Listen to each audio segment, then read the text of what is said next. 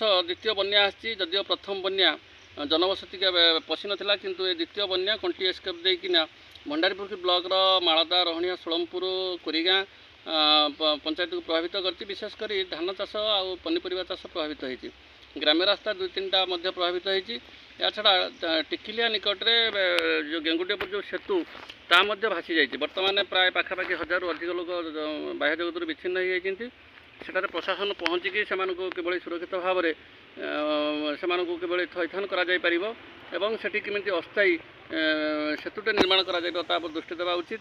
एवं विशेषकर बन्या परवर्ती समय जो धान गुड़ा क्षति होती आपणकर सोलमपुर मणिनाथपुर मालदा जलहरी रोहणिया नौरंगपुर प्रमुख गाँ गुड़िक जो धान चाष होता तली जो पड़ा सेगुड़ा विशेष भाव प्रभावित हम जो पटुपाणी माड़ी जाइए पनीपरिया जो वर्षा दिनिया पनीपरिया सी प्रभावित हम तापर क्षयक्षति आकलन करने उचित एवं बन्या को किभली भाव में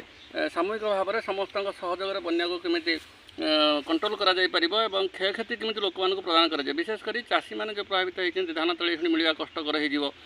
किभली कौन जगह धान तली जोगी देवा हो आर्थिक सहायता हो एगुड़िक बर्तमान प्रशासन दृष्टि देवा उचित।